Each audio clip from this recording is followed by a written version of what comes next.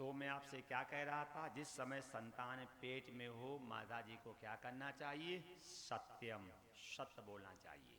शौचम, शुद्ध रहना चाहिए। सत्यम, शौचम, दया। मन वाणी कर्म से 84 लाख प्रकार की योनियों पे दया करनी चाहिए। सत्यम, शौचम, दया, दानम। शांति का, क्रोध का, लोभ का दान करना चाहिए। सत्यम, शौचम, दया, दानम।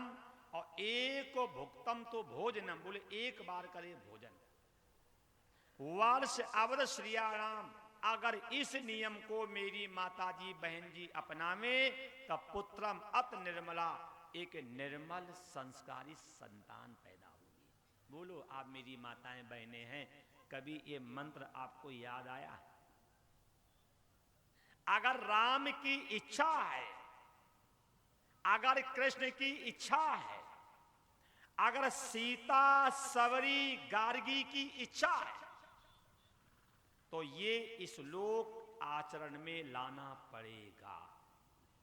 अगर ये शिक्षाएं जीवन में नहीं लाओगे तो राम नहीं रावण पैदा होंगे, कृष्ण नहीं कंस पैदा होंगे। अगर ये श्लोक जीवन में उतर जाए, विचारों में आ जाए, संस्कारों में आ जाए, व्यवहार में घट जाए, तो बात बन जाएगी। कहते भी हैं अपनी संतान सबको प्यारी लगती है। अंधा था फिर भी माताजी रखने लगी, प्रेम से माताजी पुत्र का पालन पोषण करने लगी। एक राक्षस था हिरणाक्ष। हिरणाक्ष ने तप किया और तप करके भगवान शंकर को प्रसन्न किया। तब कर करके भगवान शंकर को प्रसन्न किया और प्रसन्न करके वरदान मांगा कि हमें आप जैसा पुत्र चाहिए, हमें आप जैसा पुत्र चाहिए। शंकर जी ने मना कर दिया कि हम जैसा पुत्र मिलेगा नहीं। क्यों? क्योंकि हम अयोनि जाएं, अजन्मा आए और अनादि हैं। हिरणाक्ष ने कहा आप जैसा पुत्र नहीं मिलेगा। बोले नहीं। भगवान शंकर ने कहा हम जैसा पुत्र नहीं मिलेगा, हमारा पुत्र तुम ले लो।